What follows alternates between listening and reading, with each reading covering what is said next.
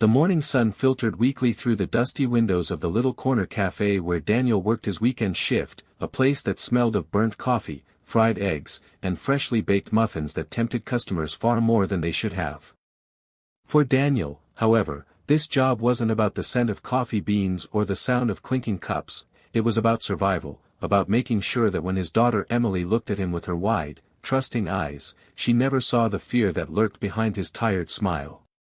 A single dad since Emily was 2, Daniel had been juggling 2 jobs and barely keeping his head above water, his life a constant balancing act between long hours, unpaid bills, and the little moments of joy he stole with her.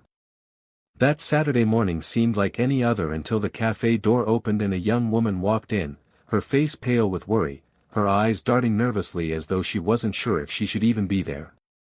She wore simple clothes, jeans, sneakers, a plain sweater that hung loosely on her frame, but there was something about her that didn't quite fit in with the small-town crowd. She approached the counter hesitantly and, in a soft voice, explained that she had lost her wallet while sightseeing, that she had no money, and that she was simply hoping someone might allow her a meal until she figured things out. The cafe owner, a gruff man with little patience for excuses, frowned and waved her off, muttering something about freeloaders and tourists trying to take advantage. The woman's cheeks flushed with humiliation as she turned to leave, but Daniel, who had been wiping down a nearby table, felt a tug at his heart.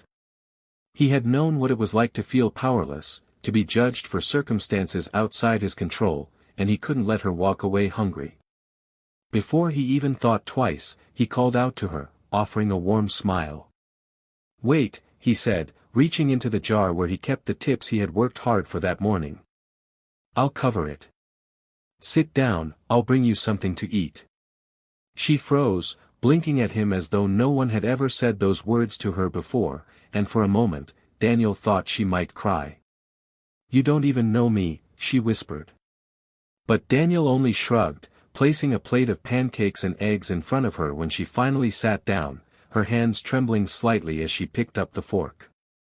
"Everyone deserves a little help sometimes," he replied simply, watching her eat with gratitude that seemed far greater than the meal itself. What he didn't know, as he returned to wiping down the tables, was that the woman he had just helped was no ordinary tourist. Beneath the plain clothes and nervous demeanor was Claire, a billionaire CEO traveling incognito, tired of a world where people only saw her for her wealth and power. For the first time in years, she felt seen not for what she had, but for who she was. And Daniel had no idea that his small act of kindness would change his and Emily's life forever.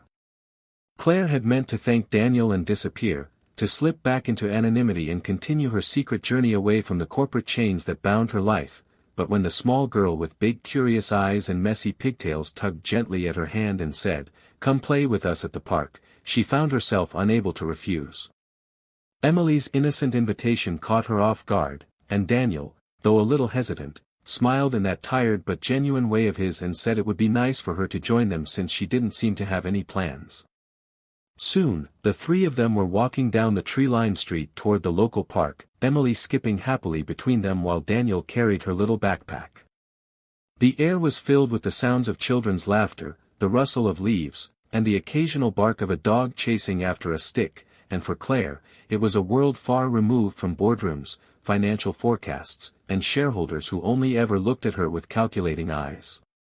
At the park, Daniel settled on a worn bench, keeping a watchful eye on his daughter as she ran toward the swings, and Claire, hesitant at first, joined Emily, pushing her gently higher and higher until the little girl's giggles rang out like bells.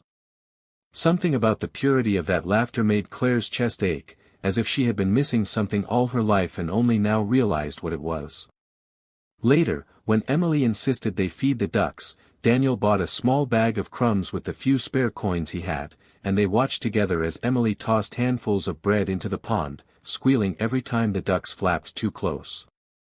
It was a simple afternoon, nothing extravagant, yet Claire felt more alive than she had in years. She noticed the wear on Daniel's shoes, the crack on his old wristwatch, and the quiet exhaustion etched into his face, but she also noticed the way his entire world lit up when Emily ran back into his arms, how he wiped ice cream smudges from her cheeks with such tenderness that it nearly brought tears to Claire's eyes. When they sat together on the bench eating cones, Daniel choosing the cheapest flavors so Emily could have her favorite strawberry, Claire found herself laughing at his dry sense of humor, surprised at how easy it was to talk to him.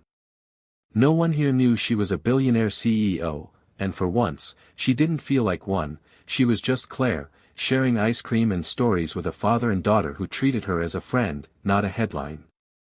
As the sun dipped low, painting the sky in soft orange and pink hues, Emily leaned against Claire's side, yawning, her tiny hand clutching hers as though they had known each other forever.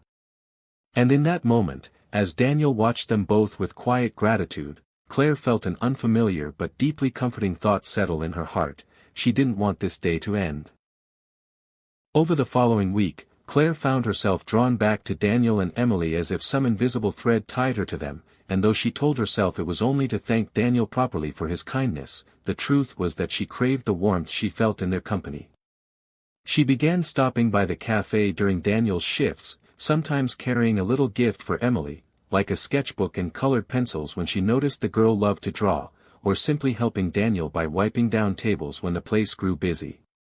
To the outside world, she was just a friendly tourist lingering too long in a small town, but inside, Claire was a woman rediscovering pieces of herself she thought she had lost under layers of wealth, duty, and expectation. Yet each time Daniel smiled at her without a trace of suspicion, guilt gnawed at her. He thought she was struggling like him, when in truth, she had resources that could wipe away his burdens in a heartbeat.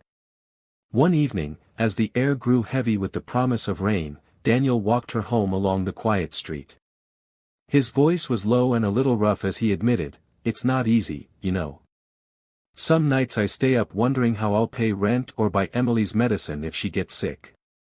But then I look at her, and she's my reason to keep pushing forward. She deserves the world, even if I can't give it to her." His words struck Claire like lightning, raw, honest, and heavy with love, and she wanted to tell him everything right then, to confess that she was not a lost tourist but a CEO with billions at her fingertips, that she could buy him a new home, a new life, anything he wanted. But fear kept her silent, fear that he would see her differently if he knew, fear that the fragile trust they had built would shatter. That night, as if the universe wanted to test her, the storm finally broke. Rain pounded the streets and thunder cracked the sky when Daniel showed up at her rented room, soaked to the bone and clutching Emily in his arms, the little girl shivering with fever. His face was pale with desperation. "She's burning up, I don't have enough for a doctor," he choked out, his voice breaking in a way that pierced Claire's heart. Without thinking, Claire pulled out the sleek black credit card she had been hiding all along, dialing the emergency clinic and insisting they send someone immediately. Daniel froze, eyes darting from the card to her face, confusion and betrayal mixing with relief. "I thought you didn't have money," he whispered, as though the storm outside had carried away every certainty he had about her. Claire swallowed hard, her heart pounding in her chest, knowing that in saving Emily she had torn away the veil she had carefully kept between them. Now the secret was out, and she didn't know if Daniel would forgive her, or if this storm would wash away the fragile bond they had begun to build. The morning after the storm, the world seemed strangely quiet, as if the earth itself were holding its breath while Daniel stood in Claire's doorway, Emily asleep in the small bed beside them, her fever broken thanks to the medicine Claire had rushed to provide. His eyes, normally warm though weary, now searched hers with an intensity that made her chest tighten. "Who are you really, Claire?" he asked softly, though his voice carried the weight of all the questions he had never dared to ask. For a moment, she considered lying again, pretending to be nothing more than a lost tourist, but she had seen too much of Daniel's honesty to stain what they had with another falsehood. So she told him the truth, how she was Claire Beaumont, CEO of a global company worth billions, how she had been suffocated by a life where every smile was measured by profit and every handshake hidden behind expectation, and how she had fled in search of something real. Daniel listened silently, his face unreadable, until at last he let out a slow breath and said, "All this time, I thought I was helping you. Turns out, you were helping me." His words struck her deeper than any boardroom speech ever could, and before she could respond, Emily stirred, reaching for Claire with sleepy eyes and murmuring, "Don't leave us, Auntie. Tears welled in Claire's eyes as she wrapped the little girl in her arms, realizing that this small family had given her something her billions never could, a sense of belonging, of love without condition. Days turned into weeks, and while Daniel's pride kept him from accepting handouts, Claire quietly used her resources in ways that didn't wound his dignity, arranging for Emily's school scholarship under the guise of a community program, pulling strings to secure Daniel a stable job at the local repair shop, ensuring his nights no longer ended in exhaustion from endless cleaning shifts. She didn't shower them with riches or change the simplicity of their lives, but she wove herself into their days with warmth, laughter, and small acts of grace. For Daniel, the hardest battle was not against poverty but against the fear of trusting someone again, yet every time he saw Claire kneel in the grass beside Emily, drawing with colored chalk, or every time he caught her laughing freely without a trace of the corporate mask she once wore, his heart softened. One evening, under the fading glow of twilight, Daniel finally said the words that had lingered unspoken for weeks: "You could have been anywhere in the world, with anyone you wanted, but you're here with us." "Why?" Claire smiled through tears, her voice steady and sure as she replied, "Because this is where I finally feel like myself. And because you both make me feel like I'm home." In that moment, Daniel understood that wealth had nothing to do with the bond between them. What mattered was the courage of a struggling father who gave selflessly, and a billionaire who chose to stay not out of obligation but out of love.